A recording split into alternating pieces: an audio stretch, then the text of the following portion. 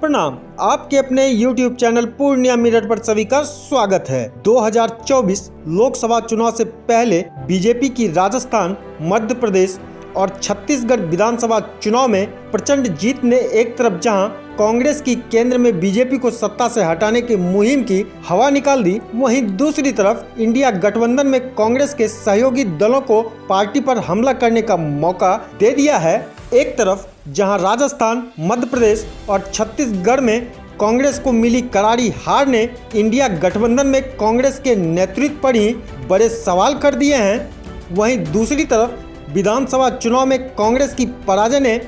बिहार में मुख्यमंत्री नीतीश कुमार और राजद सुप्रीमो लालू प्रसाद को भी नई संजीवनी दे दी है। 2024 लोकसभा चुनाव में नरेंद्र मोदी को सत्ता से हटाने के लिए बनी इंडिया गठबंधन की आखिरी बैठक 3 महीने पहले हुई थी, जिसके बाद अब तक एक भी बैठक नहीं हुई है और इसी को लेकर पिछले दिनों मुख्यमंत्री नीतीश कुमार ने भी कांग्रेस पर करारा हमला बोला था। गौरतलब है कि 2 नवंबर को पटना में सीपीआई द्वारा आयोजित एक जनसभा को संबोधित करते हुए नीतीश कुमार ने कांग्रेस पर तंज कसा था और कहा था कि 5 राज्यों में चल रहे विधानसभा चुनाव के कारण कांग्रेस को इंडिया गठबंधन की कोई चिंता नहीं है और शायद विधानसभा चुनाव समाप्त होने के बाद ही विपक्षी गठबंधन की कोई बैठक बुलाई जाएगी। इंडिया गठबंधन में अभी काम ज़्यादा नहीं हो रहा है, 5 जगह विधानसभा चुनाव चल रहा है। कांग्रेस की ज़्यादा दिलचस्पी इसी चुनाव में है। हम लोग कांग्रेस को आगे बढ़कर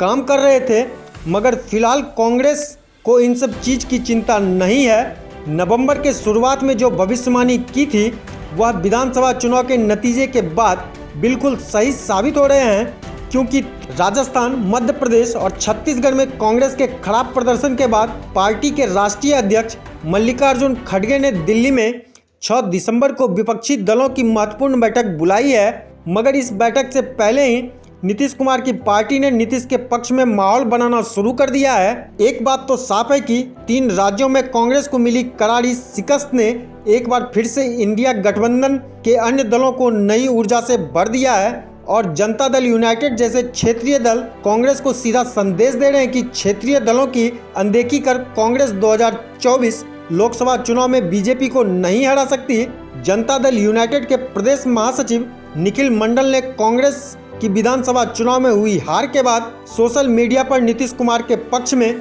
माहौल बनाना शुरू कर दिया। विधानसभा चुनाव के नतीजे इस बात की ओर भी इशारा कर रही है कि नीतीश कुमार की पार्टी एक बार फिर से नए सिरे से नीतीश को प्रधानमंत्री उम्मीदवार के तौर पर प्रोजेक्ट करने की मुहिम तेज करेगी। सूत्रों के मुताबिक जनता दल यूनाइटेड और लालू प्रसाद की आरजेडी कांग्रेस की हुई हार से गदगद है, क्योंकि इंडिया गठबंधन की आखिरी बैठक के बाद इस तरीके का देश में अपना माहौल बना रही थी कि कांग्रेस अकेले अपने दम पर बीजेपी को 2024 में चैलेंज करने की कोशिश कर रही थी और सहयोगी दलों की अनदेखी की जा रही थी। सूत्र बताते हैं कि जनता दल यूनाइटेड और राजद को इस बात का डर था कि अगर विधानसभा चुनाव में कांग्रेस की बड़ी जीत होती है तो फिर वह क्षेत्रीय दलों की आगे और ज़्यादा अनदेखी करेगी और खासकर बिहार जैसे राज्यों में जब सीटों के बंटवारे का सवाल उठेगा तो कांग्रेस लोकसभा चुनाव में ज़्यादा सीटों की मांग करेगी और साथ ही 2025 के विधानसभा चुनाव में भी पहले से अधिक संख्या में सीट की मांग करेगी। राजस्थान, मध्य प्रदेश और छत्तीसगढ़ में कांग्रेस की हार ने नीतीश और लालू प्रसाद के ऊपर से दबाव काफ़ी कम कर दिया है और अब इसके उलट कांग्रेस क्षेत्रीय दलों के दबाव में नजर आ रही है। विधानसभा चुनाव में कांग्रेस की हार के बाद नीतीश कुमार और लालू प्रसाद की 2024 लोकसभा चुनाव में बिहार के संदर्भ में बात करें तो सीटों के बंटवारे को लेकर दोनों क्षेत्रीय दलों के नेताओं की बार्गेनिंग कैपेसिटी